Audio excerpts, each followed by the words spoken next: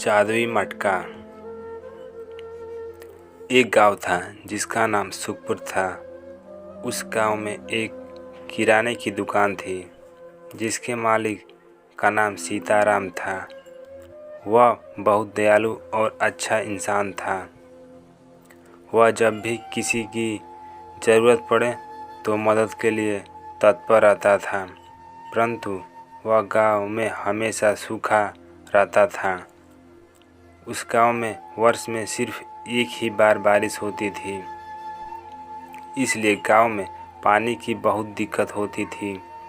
गांव में पानी के लिए बहुत दूर जाकर मटके में पानी लाना पड़ता था। एक बार की बात है, गर्मी का मौसम था। सीताराम अपनी दुकान पर बैठा था। एक बूढ़े इंसान इतनी गर्मी में उसकी दुकान पर आए और आकर उसने सीताराम से पानी मांगा। सीताराम के पास एक मटका था जिसमें बहुत मुश्किल से सीताराम ने पानी भरा था। सीताराम ने सोचा कि मैंने बहुत मुश्किल से यह पानी का मटका भरा है, अब अगर यह मटका खाली हो गया तो इतनी गर्मी में मैं यह मटका भरने में बहुत दिक्कत होगी। परंतु सीताराम बहुत दयालु था। उसने उस बूढ़े इंसान को पानी दिया। बूढ़े इंसान ने पानी पिया। फिर उस बूढ़े इंसान ने और पानी मांगा। सीताराम मटके से पानी दे उससे पहले ही उसने पूरा मटका उठाकर सारा पानी पी लिया। सीताराम यह देखता ही रह गया। उस बूढ़े ने सीताराम को कहा कि धन्यवाद, तुमने मेरी आज प्यास बुझाई है। किसी की प्यास बुझाना यह बड़े पुण्य का काम होता है, इसलिए तुम्हारा भगवान हमेशा भला करेगा। ऐसा कहकर वह बूढ़ा व्यक्ति वहाँ से चला गया। थोड़े समय बाद उस गांव के सरपंच विनोद दास आए। उन्होंने सीताराम से कहा कि यह पकड़ो पर्ची, इसमें मैंने जो सामान लिखा है वह मुझे जल्दी से दे दो, क्योंकि आज मेरे घर में मेहमान आने वाले हैं। सीताराम ने पर्ची के अनुसार सामान देना शुरू किया। विनोद दास ने पानी मांगा, परंतु सीताराम ने कहा कि मटके में पानी ख़त्म हो गया है, इसलिए मैं आपको पानी नहीं दे सकता।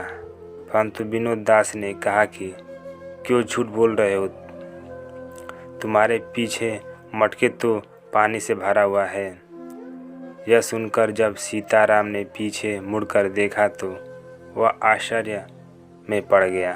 सीताराम ने सोचा अभी कुछ देर पहले तो वह बूढ़े इंसान ने पूरा पानी ख़त्म किया है, तो अचानक यह क्या हो गया।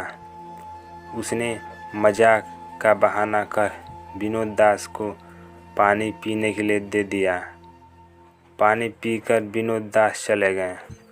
विनोद दास के चले जाने के बाद सीताराम ने मटके को देखा तो वह फिर से मटका पानी से भर गया था। तो उसको लगा कि यह कोई भगवान का चमत्कार है।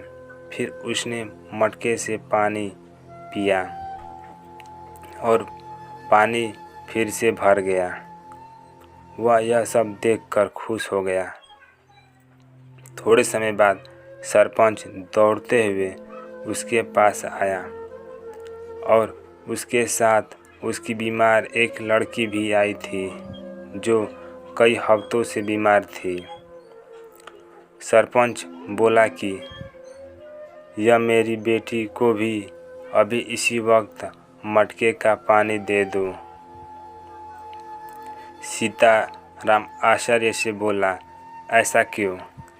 विनोद दास ने कहा कि मेरा पैर एक अकस्मात के कारण टूट गया था, जो सारवार लेने के बाद भी ठीक नहीं हो पा रहा था।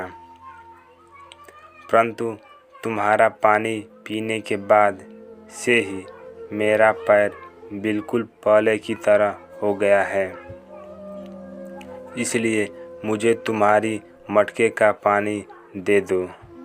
जिससे मैं अपनी बेटी को ठीक कर सकूं। सीताराम ने ठीक ऐसा ही किया। मटके का पानी पीकर सरपंच की बेटी भी ठीक हो गई। यह देखकर सीताराम खुशी के मारे झूम उठा।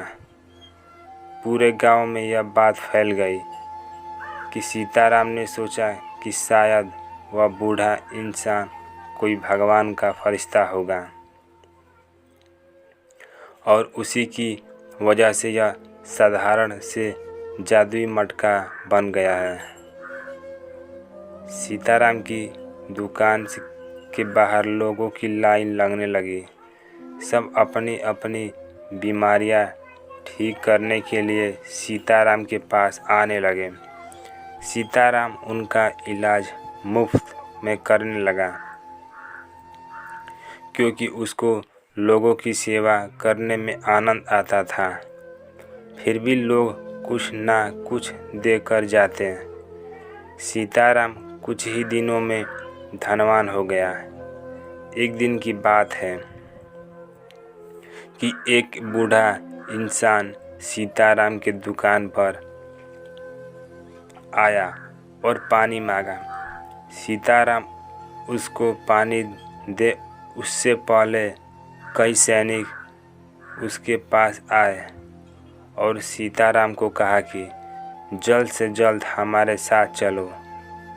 रानी जी का बहुत तबीयत खराब है, इसलिए उनके मटके का पानी चाहिए। सीताराम ने कहा कि सिर्फ 2 मिनट रुक जाइए, मैं इस बूढ़े व्यक्ति को पानी दे दूं। परंतु सैनिकों ने कहा कि नहीं, तुम हमारे साथ चलो। राजा रानी के ठीक हो जाने पर तुम्हें बहुत सारा धन देंगे। सीताराम लालच में आ गया और उस बूढ़े इंसान को पानी दिए बिना ही वह चला गया। जब वह मटका लेकर महल पहुंचा और मटके में देखा तो पानी नहीं था। सीताराम बड़े आश्चर्य में पड़ गया। राजा ने उसे रानी को ठीक करने को कहा। तब उसने कहा कि मटके में पानी नहीं है। राजा बहुत क्रोध में आ गया और धक्के मारकर सीताराम को राजमहल से निकाल दिया। राजमहल से निकलने के बाद सीताराम ने सोचा कि वह बूढ़ा इंसान वही फरिश्ता होगा जो पहले मेरी दुकान पर आया था। मैं आज उनको पानी दिए बिना धन के लालच में राजमहल गया। यह सब उसी का नतीजा है। सीताराम को बड़ी आत्मग्लानि हुई और उसने मटके की वजह से कमाया हुआ सारा धन मिलाकर एक पाइपलाइन बनाई, जो गांव से दूर स्थित तालाब और गांव को जोड़ती थी। उस पाइप के जरिए पानी गांव में लगे एक नल के माध्यम से आता था, जिससे किसी को भी गांव से दूर तालाब में पानी भरने ना जाना पड़े और ना कोई भी व्यक्ति गांव में प्यासा रहे। सीख, हम कितने भी सफल हो जाएं, हमें अपना वह स्वभाव नहीं छोड़ना चाहिए जिससे हम इतने सफल हुए हैं।